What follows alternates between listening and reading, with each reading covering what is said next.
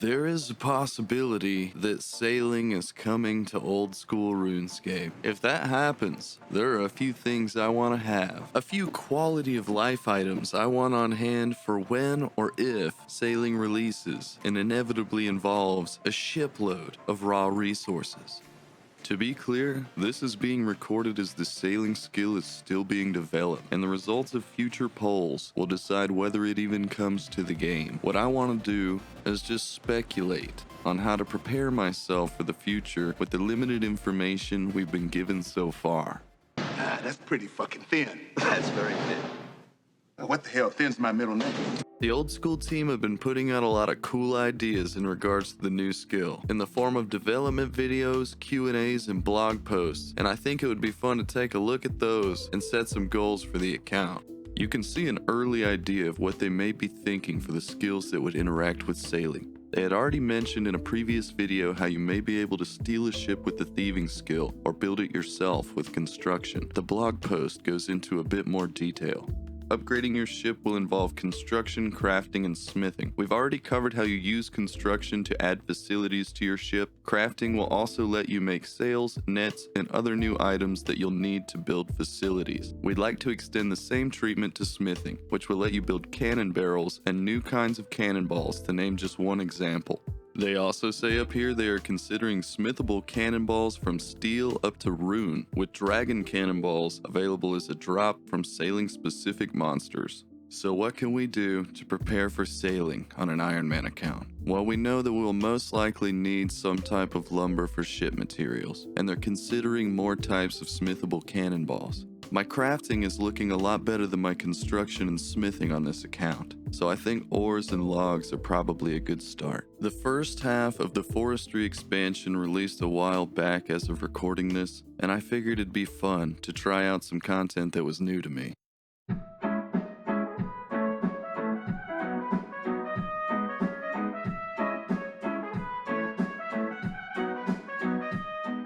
So to start out with Forestry, we just talked to the Friendly Forester here in Draenor and also Sears Village, I think, and we want to get this Forestry kit from him. It's pretty stylish too, if you ask me.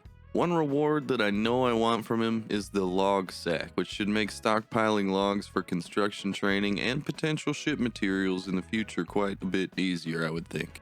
The log basket, and not log sack, costs 5,000 anime bark, 300 oak logs, and 300 willow logs. So I've got some shopping to do.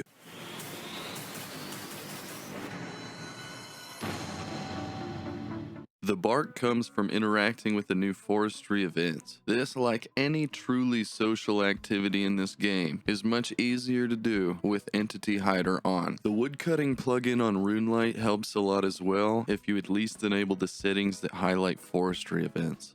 So what are these events? The first, easiest, and best of the events you'll see popping while you're chopping is the roots. Pretty damn simple. Chop the root. But if you see the cum root, chop the cum root. The next event you'll see in a group, or if you foolishly bought the bee on a stick, is the bees. Oh, no, not the bees! Not the bees! Ah! Find the pair of flowers that needs pollinating with either the woodcutting RuneLite plugin or actual fucking trial and error. It seems like you get the most of the XP for just doing one of each pair of flowers, so I don't even think I would bother doing all of them. Yet another trial and error event is the struggling sapling, but it doesn't suck quite as bad as the bees.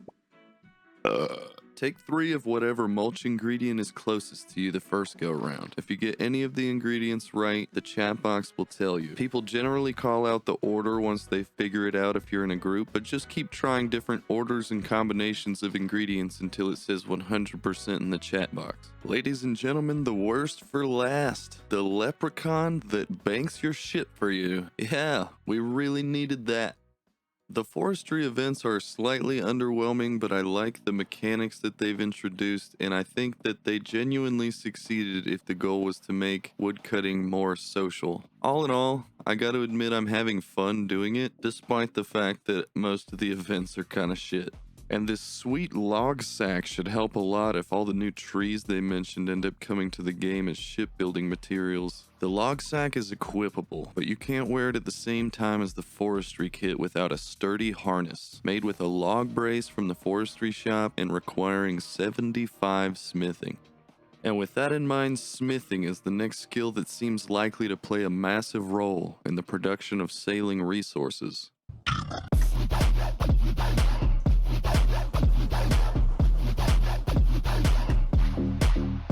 Even though Giant's Foundry uses up bars, I think it would be good to get some levels here in order to unlock the double ammo mold, which may or may not be useful for making ammo in the future for sailing.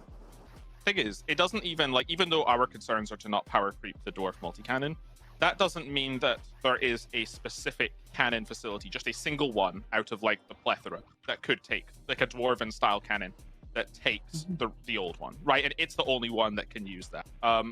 We are less concerned about using existing cannonballs in the ships. I'm more concerned about using more powerful cannonballs with a dwarf multi-cannon, and that's why we will separate them. Either way, it should be useful in making ammo for Slayer. First, I've got to smith all these bars at the blast furnace, but it won't quite get me to 73, so I'll just buy some gold from this little dude Ordan over here. And as you can see on my banked XP plugin, smelting these bars is going to get me to 73 smithing, which lets me make ruby and diamond addy bolts that should help a lot when I end up doing Dragon Slayer 2. But at 75, I can make my log sack equipable. So if we look at the Giant's Foundry calculator on OSRS Portal, you can see that we should get there and make our money back too. And now for the unthinkable. I'm taking my peasants off the herb fields for the first time since I became their autonomous ruler. I'm gonna need a lot of coal, and they've been going for a while but not very well paid, so we'll see how much we get. I also want mahogany for construction because I already have a pretty solid stash of teaks. Bank space, oh that's typical. Do you even know who you're talking to, old man? Who the fuck you think you talking to? Thank you, Jagex. You've resorted to bribing me with free bank space to switch to your launcher or whatever this shit is. And I just might do it. Hopefully, this will be enough coal to smelt these bars with the blast furnace. I'm not sure. I haven't done any blast furnace in a while, but thankfully the gold ore, at least, is pretty hard to fuck up. Shit, the gloves. Good job.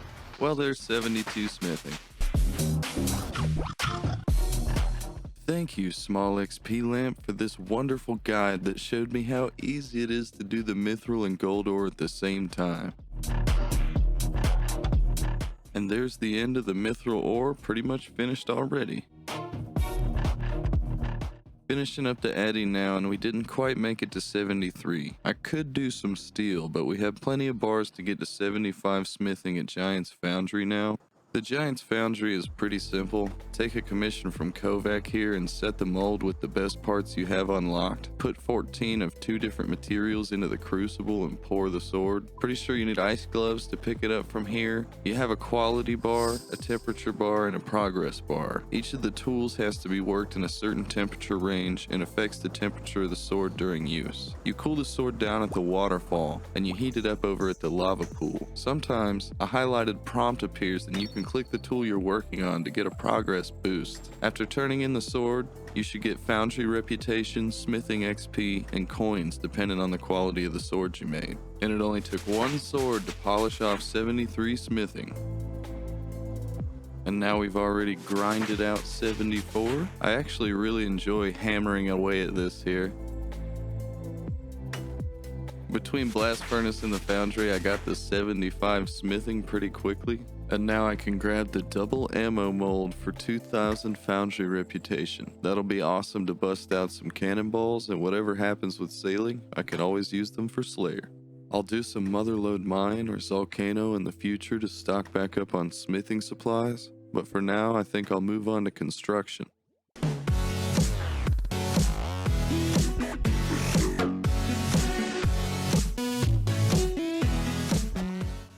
I do have the plank sack on this account already, but I would still like to get my construction level up closer to like 75 or 80, and what better time than now? The reason I did Giants Foundry and Kingdom first is that I'm about to pretty much erase the rest of this cash stack before I even get close. I did make a good bit back from Foundry though, so that should help. If you have side buttons on your mouse, I like to set mine to 1 and 3 when I'm making planks.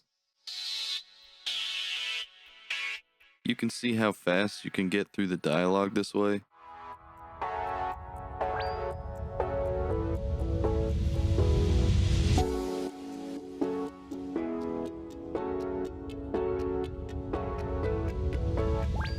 Those settings work really well for Mahogany Homes afterwards too, assuming you're using teak planks. There, I think that's about as poor as I'm willing to be for right now, so let's go see how many planks we ended up with. A potential medium clue right here. Snape grass, not bad. We gotta get this one too. Stop it. Get some help. Alright, well, that's a decent start on planks for now. After the Daddy's Home quest, a quest you sadly cannot seem to complete in real life, you can train your construction with Mahogany Homes. Your first contract has to come from Amy and Falador, but if you're doing a contract in Varrock, East Arty, or Hosidius, then there are also contractors there, always near estate agents. You can take looters if you want, but I don't really get down on making tally tabs, so here we are. I also recommend a rune pouch if you make those kind of lifestyle choices. The rest is easy. Bring a hammer, saw, a few steel bars, the type of plank you have to level for, maybe even a mystical staff or whatever if you want to save on runes, and stoop to the level of handyman for people that don't even exist. I can fix that. The mouse keys we set up earlier as 1 and 3 to make planks work out perfectly for Mahogany Homes teaks too, so that, I believe, you can consider a pro tip. Also, move your house to Hosidius unless you have a mounted Xerix talisman.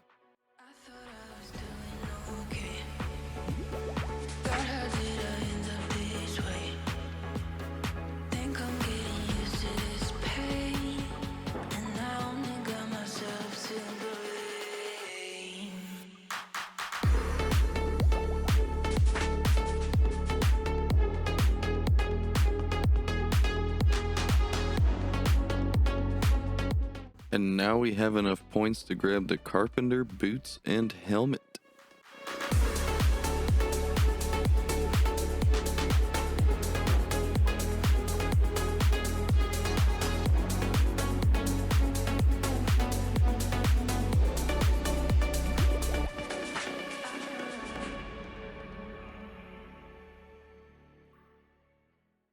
Also, our boy Ned is still out here trying to make ends meet.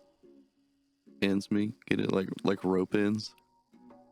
So let's support his livelihood by buying all his stock, just in case we need these later for our ocean adventures. I was just reading through one of the blog posts and discovered we may be able to farm hemp in the future. Damn, Jagex, that is one grody looking bud. I've been really pondering on where I'm gonna move my POH if this all goes down. Like, do I just want to post up in Karamja and farm hemp out in international waters, spending my free time on the banana farm sipping Karamjan rum? I might have to be that guy. I actually think they put out some really good ideas, and I know nothing's a guarantee yet, but I feel good about the work they're putting into sailing. I didn't cover half the amount of skills they actually talked about benefiting or being expanded by sailing. It's also cool to see that they're looking at releasing a lot of community design content if this goes through, which I feel is very much in the spirit of Old School. I also think they did a great job with the first half of Forestry. I'm excited to see whatever the Old School team brings us. As I'm putting this video together, Desert Treasure 2 has just released. It looks like it's going to be a lot of fun. That might have to be what I get up to next. For now though, it was nice to knock out some goals that will help my account whether sailing comes to the game or not.